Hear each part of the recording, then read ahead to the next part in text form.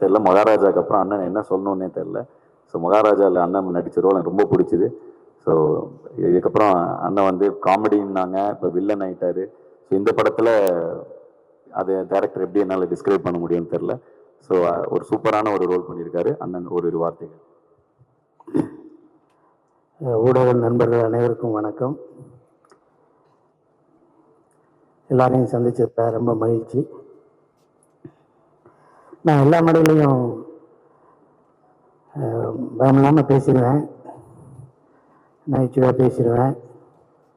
அந்த நீங்கள் கேட்குற 30 நிமிஷத்தையும் அந்த எப்படி போச்சுங்க நேரம் இல்லாமல் கூட நான் பேசலாம். ஆனால் எங்கள் ஸ்கூல் வாத்தியார் முன்னாடி உட்காந்துருக்காரு. எங்கள் டீச்சருக்கு முன்னாடி நான் எப்படி பேசுகிறேன்னு தெரியலை.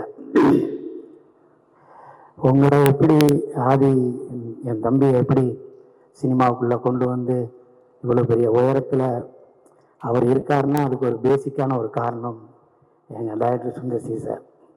அதே மாதிரி தான் என்னை 97 என்னை அசிஸ்டன்ட் டைரக்டராக யாருமே என்னை சீந்தலை, யாருமே என்னை சேர்த்துக்கலை. 7 வருஷம் அசிஸ்டன்ட் டைரக்டராகவே அலைய முடியுமா சொல்லுங்கள். ஆனால் ஃபஸ்ட்டு படம் அருணாச்சலத்தில் எங்கள் சார் தான் என்னை சேர்த்துக்கிட்டார். அதுக்கப்புறம் அவர் என்றைக்குமே என்னை விட்டு போன்னு சொல்ல, போய் படம் பண்ணுறான்னு சொல்லுவார். ஆனால் அடுத்த படத்துலலாம் என்னை வேண்டாம் அப்படிலாம் சொல்லவே இல்லை. நான் தான் அவர்கிட்ட சொல்லாமல் ஓடி போயிட்டேன். இந்த படத்தில் பற்றி பேசணும்னா, ஃபஸ்ட்டு ஒரு நாள் நான் ஆதி தம்பி எப்போ பார்த்தேன்னா, எங்கள் டைரக்டர் கூட பார்க் ஹோட்டலில் எல்லோரும் உட்காந்து சாப்பிட்டுட்டு இருந்தோம். இப்போ கொஞ்சம் லேட் ஆகிடுச்சு, 1 மணி ஆயிடுச்சு. என்கிட்ட கார் இல்லை. அண்ணே நான் உங்களை இறக்கி விடுறேன் அப்படின்னாரு. என்னை கொண்டு வந்து 1:15 நைட்டு வீட்டில் கேகே நகரில் இறக்கி விட்டு போனார். நான் மறுநாள் கேட்டேன், என்ன எப்படி உங்கள் கூட நான் பழக்கமே இல்லைன்னு. என்ன உங்களை என்ன ரொம்ப பிடிக்கும்னு என்னார். இவர் ஃபஸ்ட்டு என்கிட்ட சொல்லும்போது, அண்ணே என்னோடய படத்துலேருந்து நீங்கள் இருக்கணும்னு நான் எல்லா டைரக்டர்கிட்டையும் சொன்னேன்னே, ப்ரொடியூசர்கிட்ட சொன்னேன்னே, எல்லாத்துலேயும் சொன்னேன். அவங்க டேட் இல்லைம்பாங்க, அந்த கேரக்டர் ஒரு சின்ன கேரக்டராக இருக்கும்பாங்க. யாருமே வந்து உங்களை உள்ளே இழுக்கிறதுக்கு அது சப்போர்ட்டிவாக இல்லைண்ணே. அவர் டேட் இல்லைன்னு சொல்கிறாரு, அவர் அந்த காசு கேட்குறாரு, இதுன்னு சொல்லி எல்லாமே சொன்னாங்கண்ணே. இன்னைக்கு நான் முடிவு பண்ணுற இடத்துல இருக்கேண்ணே, நீங்கள் வரணும்னாரு. அதான் ஃபஸ்ட்டு என்கிட்ட சொன்னது. நான் முடிவு பண்ணுற இடத்துல இருக்கேண்ணே, நீங்கள் எல்லாமே போக மாட்டேன் ஷூட்டிங்னாரு.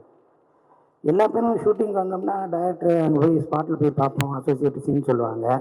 ஃபஸ்ட்டு கேரவனில் வந்து உங்களுக்கு ஓகே வேணே, காலையில் சாப்பாடு வந்துச்சா, ரூம் எப்படி இருக்குது, கம்ஃபர்ட்டாக இருந்துச்சா, வேறு எதுவும் பிரச்சனையானே, எதுன்னு கேட்டுக்கிட்டே இருப்பார். அப்புறம் நட்டி சார் நிற்கிறாரு, எல்லாருக்கும் பார்த்து நின்றுட்டே இருக்கையில் நான் எல்லோரும் கூட ஈஸியாக பழகிடுவேன், பேசிடுவேன். நட்டி சார் உங்களை பார்த்தா எனக்கு பயமாக இருக்குது, நான் ஏதாவது சொன்னால் கோச்சுக்கிறீங்களாம்பார். அப்புறம் ஐயா நான் சொன்னேன், எங்களை விட அந்த ஆள்கிட்ட நல்லவர், நாங்கள் தான் கிரிமினல், அவர் ரொம்ப நல்லவர், அவர்கிட்ட எது வேணாலும் சொல்லுங்கள் அப்படின்னு சொன்னேன். ஸோ ஒரு ஹீரோ ஓப்பனிங் சாங் முடித்தோடனே அப்பா அம்மா மீட்டிங்கு, அப்புறம் வில்லன் இன்ட்ரோடக்ஷனு, அவங்க கூட ஃபைட்டு, அப்புறம் ஹீரோவுக்கு ஒரு ஃப்ளாஷ்பேக்கு, அதுக்கப்புறம் அப்படி இப்போ இன்ட்ரோ பிளாக்கு, அதுக்கப்புறம் அவன் எங்கே போனேன் இங்கே போனேன், ஈஸியாக 10 நிமிஷத்தில் கதை பண்ணி படம் பண்ணுறதை விட்டு போட்டு கடைசி உலக போர் எவ்வளோ ரிஸ்க்கு பாருங்க. ஃபஸ்ட்டு வேர்ல்டு வார் எப்படி நடந்துச்சுன்னு தெரியல, செகண்ட் வேர்ல்டு வார் எப்படி இருந்துச்சு இல்லை, தேர்டு வேர்ல்டு வார் வரப்போதா என்னன்னு தெரியல, நம்ம இந்தியா சந்திச்ச எத்தனை வாருன்னு தெரியல. கடைசி உலக போர் எதை நோக்கி, என்ன ஏது, இதுக்கு சரியான தீர்வு சொல்லிடுவோமா, இது பெரிய ரைட்டர்ஸ் பின்புலாக இருக்கா, பெரிய இது ரீமேக்கா, ரெஃபரன்ஸுக்கு இங்கிலீஷ் படத்தெல்லாம் பார்த்து எடுத்துருக்குமா, எதுவுமே இல்லாமல் நான் எடுக்கிறேன் பாரு, நீ பாரு அப்படின்னு சொல்லி இந்த முயற்சிக்கு தம்பிக்கு ஒரு சல்யூட் எடுக்கிறேன். இது ஒரு என்னங்க, நீங்கள் ஒரு காசை சம்பாரிச்சோமா, ஒரு இடம் வாங்கி போட்டோமா, ஒரு ஃபார்ம் ஹவுஸ் கட்டினோமா, அங்கே ஃபாரின் போனோமா, அங்கே போனோமா, இங்கே போனோமான்னு சுற்றாமல் நீங்கள் பாட்டுக்கு சம்பாரித்த காசெல்லாம் தூக்கி போட்டு சினிமா படம் எடுத்து டீமை வச்சு ஒரு ஆளை வச்சு கஞ்சி ஊற்றுறதே கஷ்டம். நீங்கள் உங்கள் ஒரே பயங்கரமான கூட்டமாக வச்சுக்கிட்டு அவ்வளோ பேர்த்தையும் அரவணைச்சு போகிறதுன்னு சும்மா சாதாரண காரியமா? அந்த ஒரு எண்ணம் உங்களை வாழ வைக்கும். கண்டிப்பாக அந்த சினிமா உங்களை விடவே. I love you sir. நான் ஃபஸ்ட்டு டே ஷூட்டிங் போனேன். கான்செப்டில் நடிங்கன்னாரு. ஒரு அரை மணி நேரம் உட்காந்து பேசுவோம்னேன்னாரு. அண்ணனுக்கு நாமத்தை போடுங்கன்னாரு. நான் சொன்னேன், இப்போ தான் அரண்மனை 4ல் சுந்தர்சி சார் கூட நான் நாமம் போட்டு போலீஸாக நடித்தேன்னு. அப்படியானே சென்டிமெண்ட் சூப்பராக இருக்கும், போடுங்க நாமத்தைன்னாரு. அப்புறமேலு அந்த படத்தை கடவுள் நம்பிக்கை உள்ள ஒரு போலீஸாக நடிக்கிறேன்னு, இதுலேயும் அதே தான் அப்படியே வைங்கன்னாரு. நீ அது சொன்னாருன்னா கரெக்டாக இருக்குண்ணே, இப்போ சாமாங்கண்ணே நல்லா இருக்குண்ணே அப்படின்னாரு. அவங்களுக்கு ரிசம்பிளன்ஸு அது வேணும்ண்ணே வாங்கினே அப்படின்னு கூப்பிட்டு போனார். ஒரு டைலாக்கை சொல்லிவிட்டு இது ஓகே இல்லை, அது ரைட்னே அம்பார். படம் நடந்துக்கிட்டு இருக்குங்க உடுமலைப்பேட்டையில். நான் குமரன் கல்யாண் சார், நட்டி சார் எல்லாம் ரூமில் உட்காந்து வேலைக்கெல்லாம் போயிட்டுருக்கோம்.